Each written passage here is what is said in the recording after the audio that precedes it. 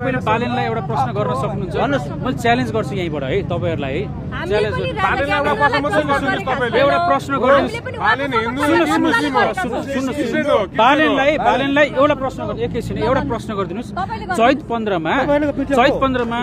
राजाको बिना आधार न राजा आन्दोलनमा जानुभएको थियो न राजाले आन्दोलन गर भन्नुभएको थियो जरिमाना पत्र बालेनले किन काटेको राजालाई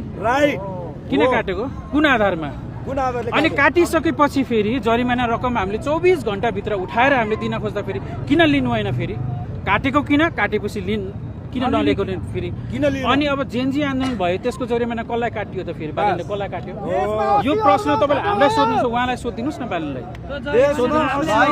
किन काट्यो राजालाई किन काट्यो हाम्रो जेनजीहरु मरेको छ को जिम्मेवारी छ ल भन्नु त्यो प्रश्न सोधिदिनुस् न हाम्रो राजाले लिनुभयो मैले अघि भने यो प्रश्न हजुरले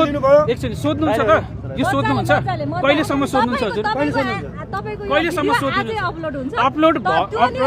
नगरे पनि फरक पर्दैन यो प्रश्न बालेनलाई कहिले जवाब दिनुहुन्न नि त अनि किन